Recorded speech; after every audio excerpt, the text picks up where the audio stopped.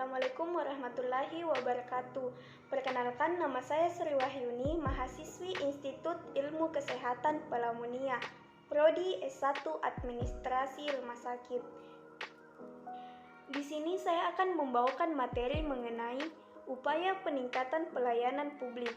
Yang pertama, saya akan menjelaskan mengenai pelayanan publik. Yang kedua, mengenai pelayanan kesehatan.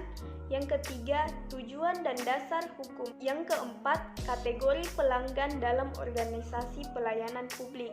Yang kelima, pengukuran kualitas pelayanan publik menurut Zeitmal dan kawan-kawan tahun 1990. Yang keenam, upaya untuk pengembangan pelayanan publik di bidang kesehatan. Pertama-tama, saya akan menjelaskan mengenai pengertian pelayanan publik. Pelayanan publik menurut Kemenpan atau Kementerian Pendayagunaan Aparatur Negara Nomor 25 Tahun 2004 mengatakan bahwa pelayanan publik adalah segala kegiatan pelayanan yang dilaksanakan oleh penyelenggara pelayanan publik sebagai upaya pemenuhan kebutuhan penerima pelayanan maupun dalam rangka pelaksanaan penentuan peraturan perundang-undangan. Jadi, pelayanan publik adalah pemberi layanan atau melayani keperluan orang atau masyarakat yang mempunyai kepentingan pada organisasi itu sesuai dengan aturan pokok dan tata cara yang telah ditetapkan. Selanjutnya, materi kedua yaitu mengenai pelayanan kesehatan. Di sini, menurut Dekpes RI tahun 2009 atau Kementerian Kesehatan Republik Indonesia tahun 2009 mengatakan bahwa pelayanan kesehatan adalah setiap upaya yang diselenggarakan sendiri atau secara bersama-sama dalam suatu organisasi untuk memelihara dan meningkatkan kesehatan, mencegah dan menyembuhkan penyakit, serta memulihkan kesehatan perorangan, kelompok, keluarga, ataupun masyarakat.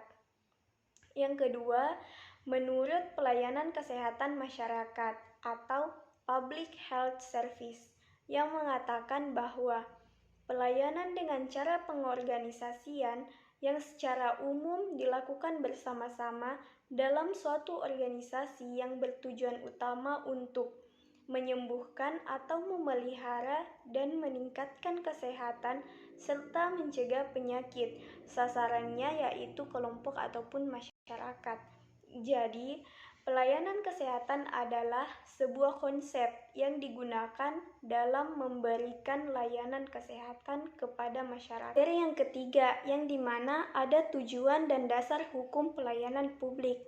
Pertama, tujuan, yang dimana tujuan yang pertama adalah menentukan pelayanan yang disediakan. Yang kedua, memperlakukan pengguna layanan sebagai customer.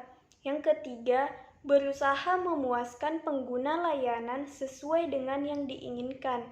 Yang keempat, mencari cara penyampaian pelayanan paling baik dan berkualitas, menyediakan cara-cara bila pengguna pelayanan tidak ada pilihan lain.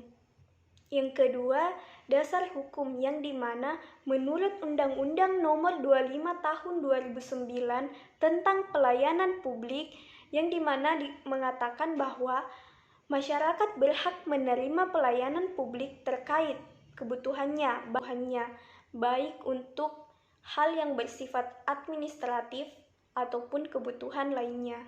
Selanjutnya, materi yang keempat, yang dimana mengenai kategori pelanggan dalam organisasi pelayanan publik. Yang pertama, pelanggan internal atau internal customer, yang dimana mencakup mengenai unit-unit atau pegawai dalam suatu organisasi publik yang bekerja tergantung pada unit atau pegawai yang lain dalam organisasi yang sama.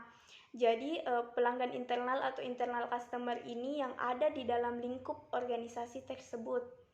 Yang kedua, pelanggan eksternal atau external customer, yang dimana mencakup mengenai pengguna produk dalam barang atau jasa dari organisasi publik tersebut.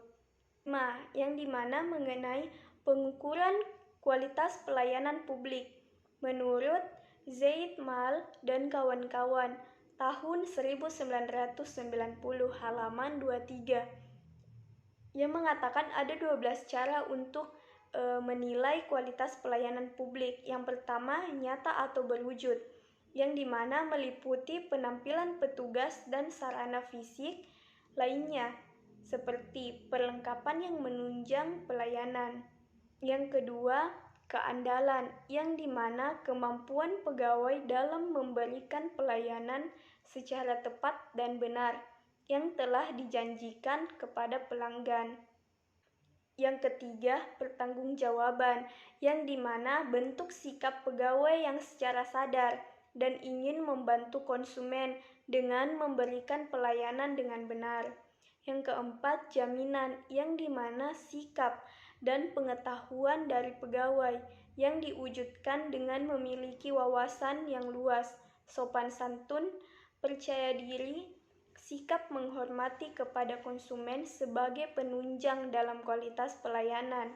Yang kelima, empati atau sikap dari pemberi layanan untuk memberikan perlindungan dan melakukan pendekatan serta berusaha memenuhi kebutuhan dan mengetahui keinginan bersama.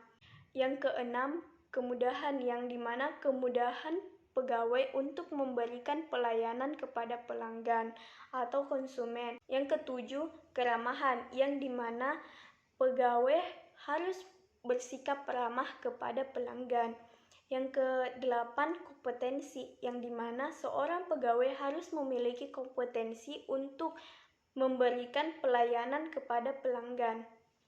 Yang kesembilan, komunikasi, yang dimana sikap pemberi layanan harus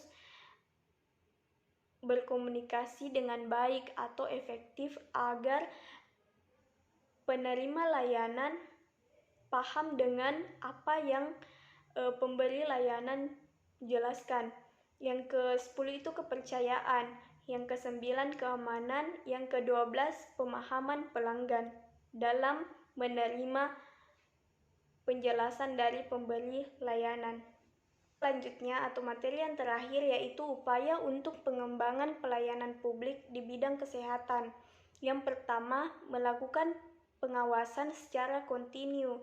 Yang kedua, melakukan sosialisasi kepada masyarakat di Indonesia secara merata serta memberi penyuluhan kesehatan secara rutin dan periodik.